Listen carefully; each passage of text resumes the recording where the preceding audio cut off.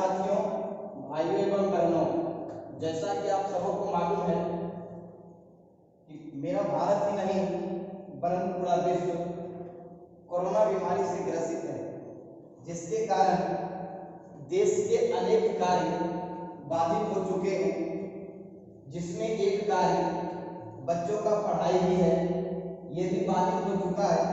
बच्चे सही से पढ़ नहीं पा रहे हैं, बच्चे जिसकी संस्था से जुड़े हुए हैं, बच्चे उस संस्था तक पहुंच नहीं पा रहे हैं। बस बच्चों का पढ़ाई चालू हो जाए, बच्चे पढ़ाई लिखाई करने लगे, उसके लिए मेरे द्वारा और मेरे टीम के द्वारा एक छोटा सा प्रयास किया गया है, जो प्रयास आपको प्रत्यक्ष दिख ही रहा होगा। तो इसी प्लेटफॉर्म से प्रयास करते हुए आपको 12th का फिलहाल चैप्टर पढ़ाया जाएगा।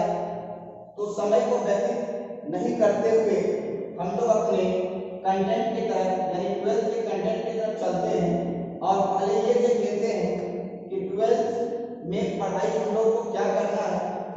फिलहाल हम लोग पहले यही देखेंगे और अगर यही स्थिति जारी रही तो आगे चल के हो सकता है तो क्लास 11, क्लास 9 और क्लास 10 का वीडियो इसी प्लेटफॉर्म से बनाया जाएगा। तो चलिए हम लोग देखते हैं सबसे पहले कि फिलहाल क्लास 12 में जो हम लोग को पढ़ना है वो कंटेंट अपने पास क्या है। तो पहले हम लोग बात करते हैं क्लास 12 के ऊपर और उस 12 में कंटेंट क्या है उसके बारे में। तो टोटल क्लास 12 में 15 चैप्टर पढ़ना है, जिसमें विद्युत आवेश तथा क्षेत्र, स्थिर विद्युत विभव और धारिता, तीसरा चैप्टर विद्युत धारा, चौथा चैप्टर विद्युत धारा का चुंबकीय प्रभाव, पांचवा चैप्टर चुंबकत्व, छठा चैप्टर विद्युत चुंबकीय प्रेरण, सातवां चैप्टर प्रत्यावर्ती धारा, 8 नंबर चैप्टर विद्युत चुंबकीय तरंगें, 9 नंबर चैप्टर किरण प्रकाशिकी और प्रकाशिक यंत्र, 10 नंबर चैप्टर तरंग प्रकाशिकी, 11 नंबर चैप्टर विकिरण तथा प्रकाश की द्वैत प्रकृति, 12 नंबर चैप्टर परमाणु, 13 नंबर चैप्टर नाभिक, 14 नंबर चैप्टर इलेक्ट्रॉनिक युक्तियां और 15 नंबर चैप्टर संचार व्यवस्था। तो ये टोटल अपने पास कंटेंट है।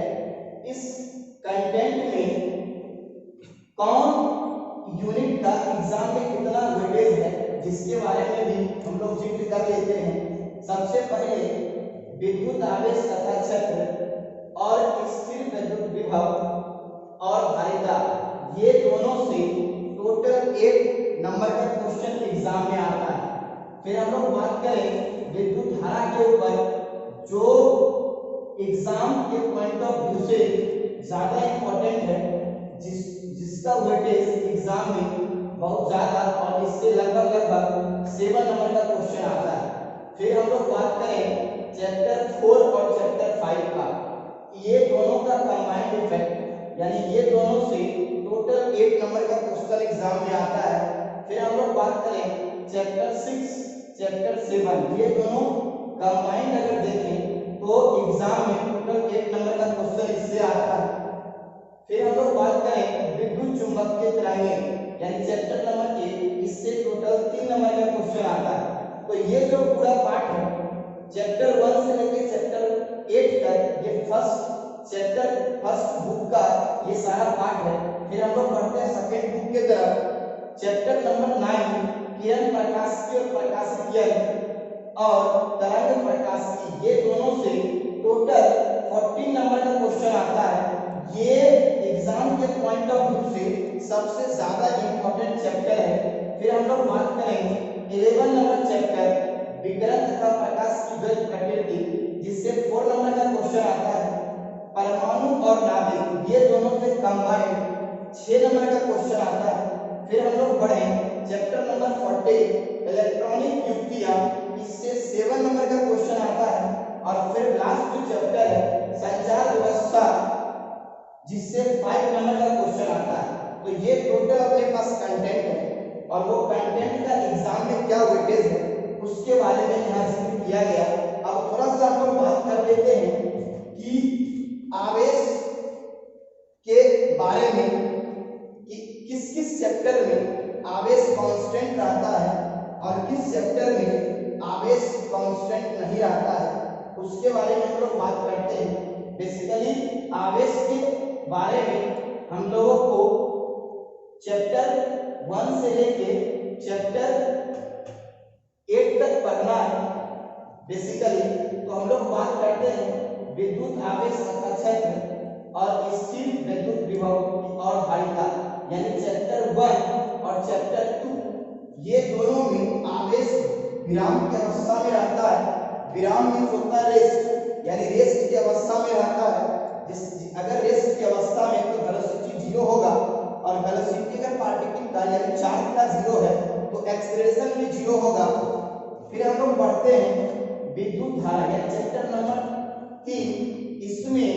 इसमें आवेश जो है वो गति की अवस्था में रहता है और आवेश का जो वेलोसिटी होता है वो कांस्टेंट, जो कि यहाँ दिखाया गया v = c। अगर वेलोसिटी कांस्टेंट है तो a हम लोग पढ़े हैं dv/dt होता है, और अगर वेलोसिटी कांस्टेंट है तो वेलोसिटी अगर कांस्टेंट है तो कांस्टेंट का डिफरेंशिएशन, जिसको हम लोग हिंदी में अवकलन कहते हैं, उसका रिजल्ट जो होगा कांस्टेंट का वो 0 होता है। तो a = dv/dt, v = c रखते हैं तो रिजल्ट 0 होगा, इसलिए हम a = 0 लिख दिए। फिर हम लोग बढ़ते हैं चैप्टर 4 और 5। इसमें भी आवेश जो है वो गति की अवस्था में रहता है। इसमें वेलोसिटी जो है आवेश का वो भी कांस्टेंट रहता है इसमें भी, और कांस्टेंट अगर है यानी अचर है तो त्वरण होगा 0 के बराबर। फिर हम लोग आ जाए चैप्टर नंबर 6 के तरफ। यहाँ पे भी आवेश का वेलोसिटी यानी कि वेग जो होता है वो कांस्टेंट होता है यानी अचर होता है, तो त्वरण जो होगा वो 0 के बराबर, जो आपको यहाँ दिखाया गया है। फिर हम लोग पढ़ते हैं चैप्टर 7 और चैप्टर 8। ये दोनों में जो आवेश होता है वो गति की अवस्था में, लेकिन यहाँ पे आवेश का वेलोसिटी यानी आवेश का जो वेग होता है वो कांस्टेंट नहीं होता है, और वेग अगर कांस्टेंट नहीं होगा तो एक्सेलरेशन कभी भी 0 नहीं हो सकता है। एक्सेलरेशन 0 दो ही केस में होगा, जब वेलोसिटी पार्टिकल का कांस्टेंट हो तो एक्सेलरेशन 0 होगा, और अगर वेलोसिटी 0 हो तो भी एक्सेलरेशन 0 होगा। यहाँ पे वेलोसिटी जो है पार्टिकल का वो कांस्टेंट नहीं है यानी अचर नहीं है। अचर नहीं होगा तो एक्सेलरेशन 0 के बराबर नहीं होगा, कुछ ना कुछ होगा।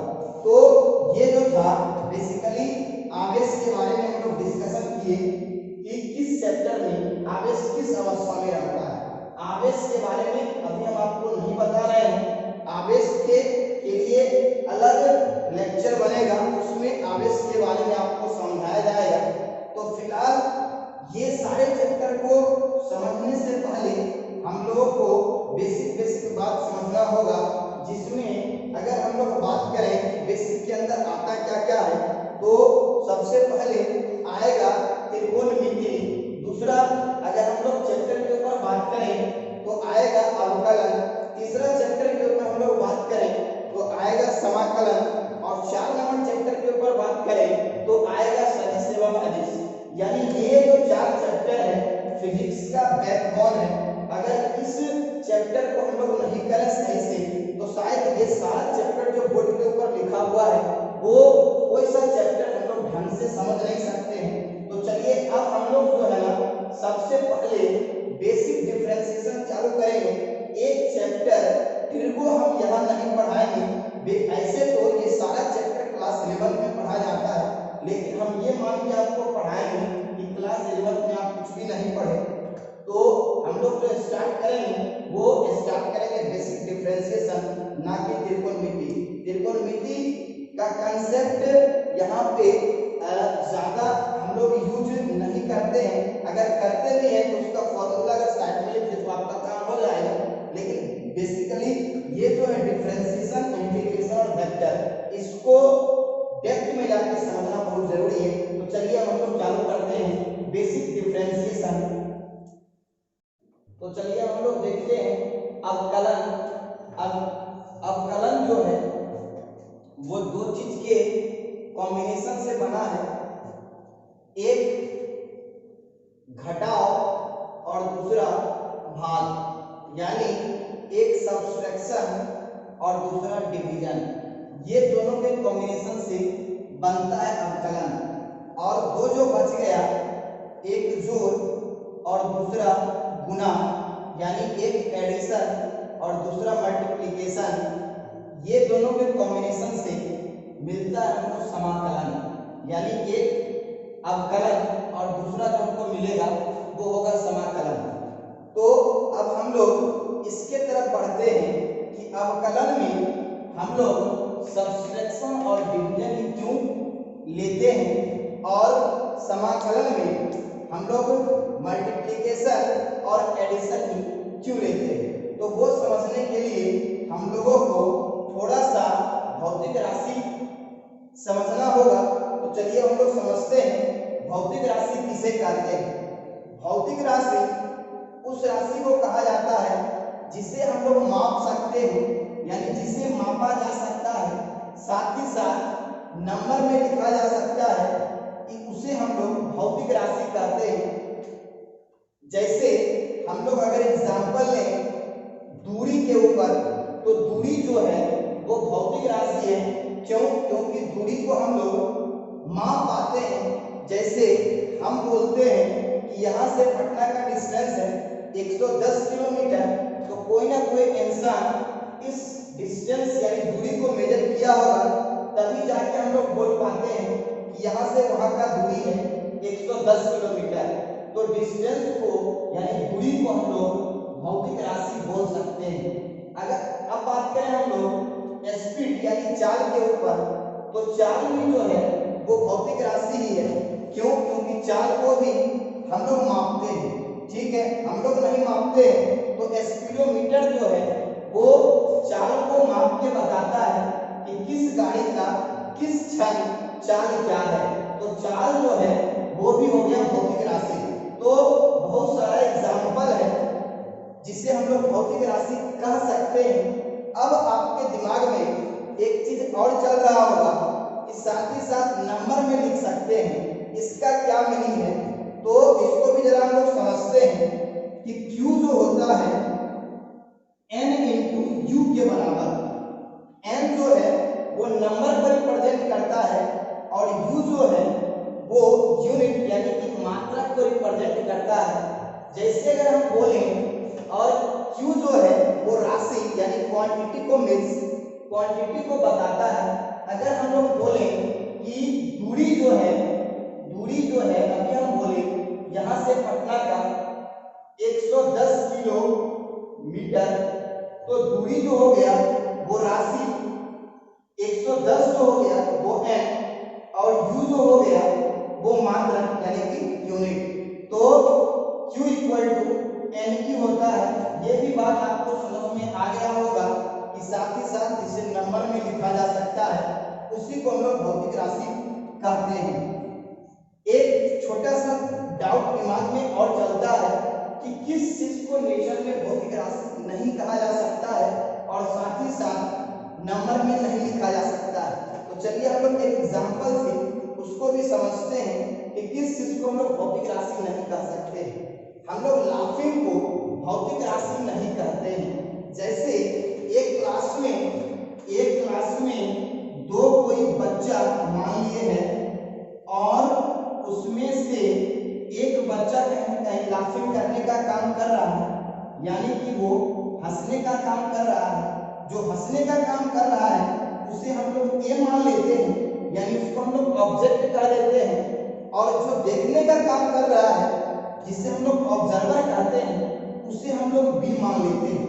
अब बी जो है वो ऑब्जर्वर ए को ऑब्जर्व कर रहा है, ए को देखने का काम कर रहा है, और ए जो है वो लाफिंग करने का काम कर रहा है, यानी कि हंसने का काम कर रहा है। तो अगर हम मान लिए कोई सी नाम का लड़का है और वो अगर पूछे बी से कि ए जो है वो क्लास में कितना लाफिंग किया, तो क्या आप ये बताओ कि बी सी को ये रिपोर्ट करके बता सकता है कि ए जो है क्लास में कितना लाफिंग कर पाया, तो इसका जवाब होगा कि बी ये नहीं बता सकता है सी को कि ए जो है वो क्लास में कितना लाफिंग किया, यानी कितना हंसा। क्यों? क्योंकि ये जो लाफिंग है वो फिजिकल क्वांटिटी नहीं है, लेकिन ये लाफिंग भी जो है वो किसी ना किसी इंसान के अंदर का प्रॉपर्टी है। अगर ये प्रॉपर्टी यानी कि गुण है और इस गुण को आप मेजर नहीं कर पा रहे हो तो इसे राशि कहना पॉसिबल नहीं है। तो आप अपने दिमाग में एक चीज सेट रखिए कि लाफिंग जो है वो फिजिकल क्वांटिटी या क्वांटिटी नहीं होता है, क्योंकि इसे हम लोग माप नहीं सकते। अब आपको समझ में आ ही गया होगा कि कौन सा किसे हम लोग भौतिक राशि कहेंगे और किसे भौतिक राशि नहीं कहेंगे।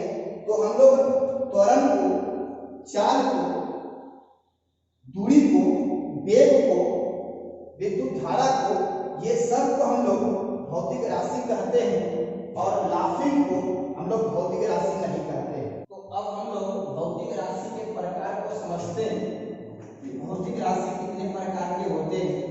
तो जरा देखिएगा, भौतिक राशि दो प्रकार के होते हैं, एक अचर भौतिक राशि और दूसरा चर भौतिक राशि। अचर भौतिक राशि किसे कहेंगे?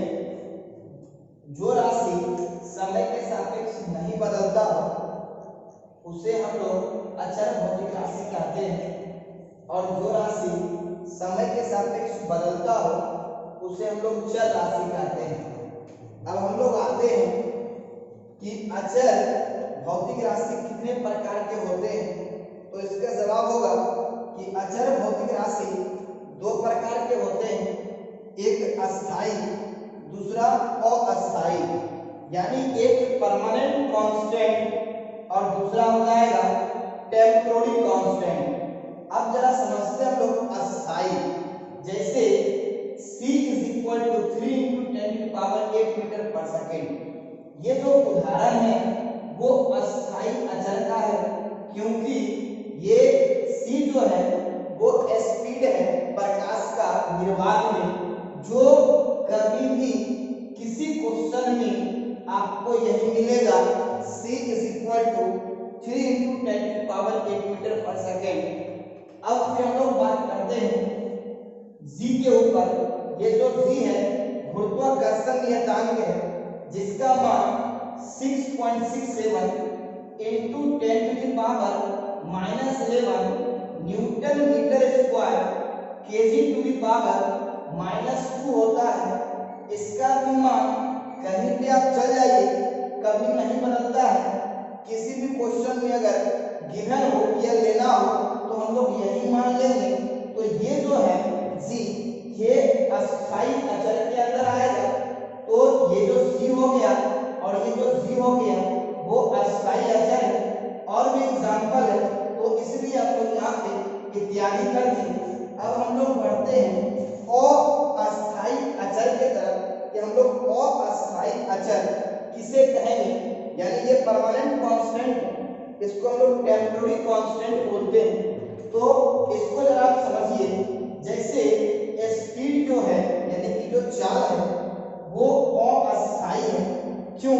क्योंकि हर एक क्वेश्चन में चाल एक ही दे ऐसा कोई जरूरी नहीं है। किसी क्वेश्चन में चाल कुछ और होता है वस्तु का यानी ऑब्जेक्ट का, और किसी अदर क्वेश्चन में चाल जो है वो कुछ और होता है। फिर हम लोग बात करें दूरी के ऊपर। हर एक क्वेश्चन में दूरी हमको एक समान ही दे ऐसा कोई जरूरी नहीं है। किसी क्वेश्चन में दूरी 10 किलोमीटर रहता है, किसी क्वेश्चन में दूरी 80 किलोमीटर रहता है, किसी क्वेश्चन में दूरी कुछ और रहता है। तो वो जो दूरी है या चाल है प्रॉपर उस क्वेश्चन के लिए अचर का काम कर रहा है, लेकिन हर एक क्वेश्चन में वही डाटा हमको दे दे ऐसा कोई जरूरी नहीं है।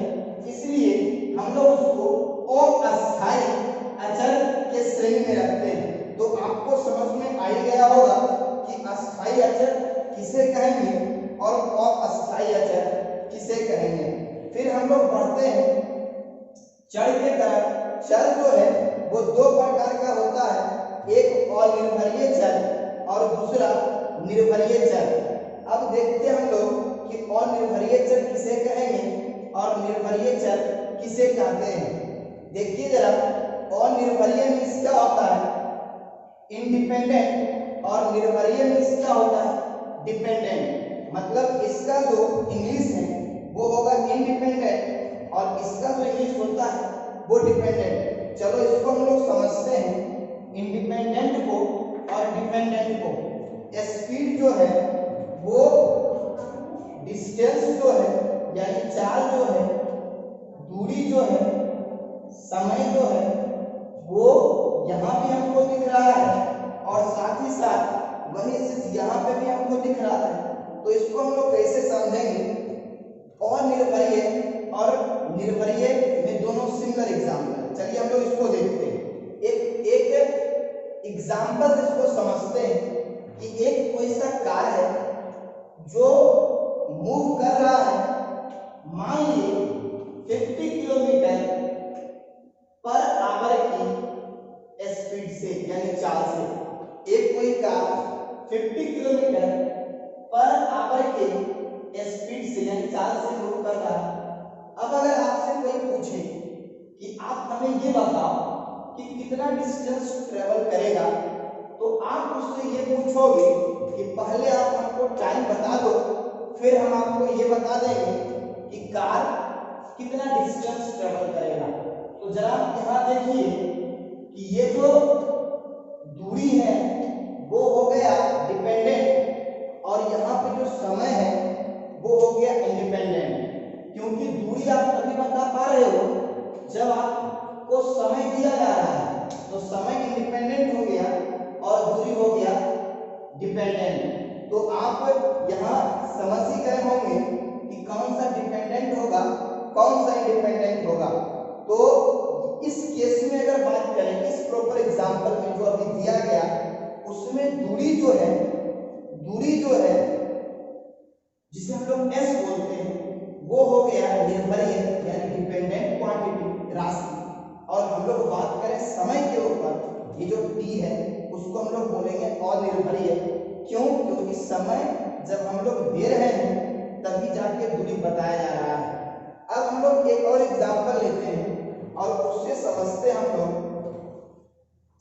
कि ये जो दूरी और ये जो चाल और दूरी और ये जो समय है, ये इसमें भी है और इसमें भी। इस बात को भी हम लोग समझ लेते हैं। जैसे बता, एक कार मूव कर रहा है 50 किलोमीटर पर आवर के स्पीड से, और अगर आपसे पूछा जाए कि कितना टाइम लगेगा, तो आप पूछोगे कि पहले आप ये बताओ कितना दूरी तय करने में। तो यहाँ पे देखिए आप, ये जो दूरी है क्योंकि आपसे पूछा जा रहा है टाइम, तो आप बताओ कहने के डिमांड कर रहे हो दूरी का, तो दूरी हो गया इंडिपेंडेंट और यहाँ पे टाइम जो हो गया वो डिपेंडेंट। तो अब आपको समझ में आ ही गया होगा कि एक ही चीज यानी डिस्टेंस यानी कि दूरी और दूसरा टाइम कभी अनिर्भरीय बन जाता है और कभी निर्भरीय बन जाता है। तो ये जो दूरी है वो कभी बन गया अनिर्भरीय और यही जो दूरी है वो कभी बन गया निर्भरीय, और यही जो समय है कभी बना अनिर्भरीय और यही जो समय है वो बन गया निर्भरीय। तो आपको ये चीज मेरे ख्याल से क्लियर ही हो गया होगा, अस्थाई और अस्थाई और निर्भरीय और निर्भरीय। चलिए हम लोग इसके आगे बढ़ते हैं और समझते हैं जो अपना मेन मोटो था कि अवकलन में माइनस और यानी कि ये डिफरेंस और डिवीजन चाहिए। अब हम लोग इसी बात को एक एग्जाम्पल के थ्रू समझते हैं। इसको आप मान लो एग्जाम्पल है, इस एग्जाम्पल के थ्रू समझते हैं। एक